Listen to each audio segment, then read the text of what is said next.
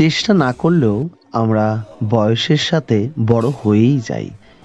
তাই এবারের সরস্বতী পুজোয় ঠাকুর, প্যান্ডেল, স্কুল, কলেজ একটু এগুলো থেকে বিরত রইলাম। গেলাম পেট পুজো করতে, ভোজন করতে এই ঐতিহ্যশালী বাঙালি একটা হোটেলে, পাইস হোটেল, হোটেল তরুণ নিকেতন। দেখতে পাচ্ছেন 1915 সালে স্থাপন, রাসবিহারীর মোড়েই, আপনার ঠিক লেক মলের আগে আর রাসবিহারীর ক্রসিংয়ের ঠিক মাঝামাঝি জায়গায়। সুন্দর রাস্তা দিয়ে ভেতরে ঢুকলাম।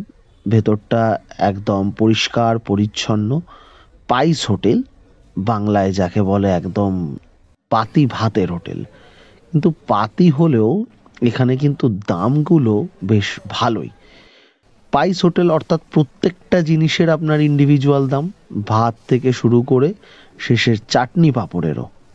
আমরা অর্ডার দিলাম ভাত, ডাল, আর তার সাথে হচ্ছে আলু ভাজা, ঝিরিঝিরি আলু ভাজা।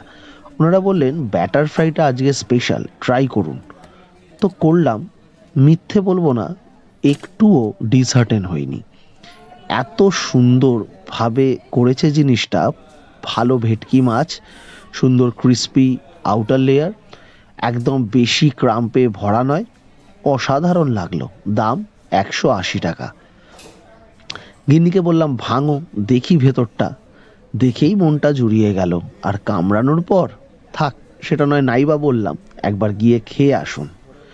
আচ্ছা, এদের প্রতিদিন বোর্ডে চক দিয়ে লেখা হয় দাম আর মাছ বা আইটেমগুলো, যেটা বাজারে ফ্রেশ পাওয়া যায় সেই জিনিসটাই হয়।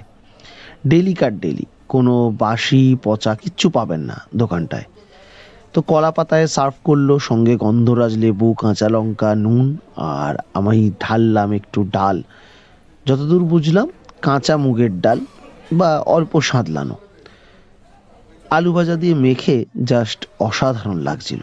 দোকানটা পুরনো হওয়ার সাথে সাথেও প্রচুর পুরস্কার পেয়েছে। অনেক গুণী মানুষও এই হোটেলে খেয়ে গেছেন। খান, পয়সা দিন, চলে যান, এরম ব্যাপার। বসে আড্ডা বা ওইসবের খুব একটা জায়গা নেই। আর যেটা অর্ডার করলাম মাটন। আমরা প্রথম একবার গেছিলাম, সেই ভিডিও আছে, তখন কাতলা মাছ নিয়েছিলাম। পারলে একবার পেটির সাইজটা দেখে আসবেন। এবারে নিলাম কচি পাঁঠার ঝোল, মাটন 4 পিস, আলু, এটাও 350 টাকা দাম। আর ডাল ভাত এগুলো সব মিলিয়ে 250 টাকা। এই ঝোলটা না বাটা মশলায় তৈরি। আমার গিন্নি ব্যাপারটা বুঝে আমায় বলল, ভাতের সঙ্গে আলুটা দিয়ে মেখে আর সঙ্গে অল্প গন্ধরাজ লেবু, জাস্ট অসাধারণ বস। পাঁপড় চাটনিটা নিইনি জানেন, মানে মুখের স্বাদটা নষ্ট করতে চাই না। এইটা খেয়েই হাতের গন্ধ শুকতে শুকতে চলে গেলাম সরস্বতী পুজোর দিন বই মেলায়।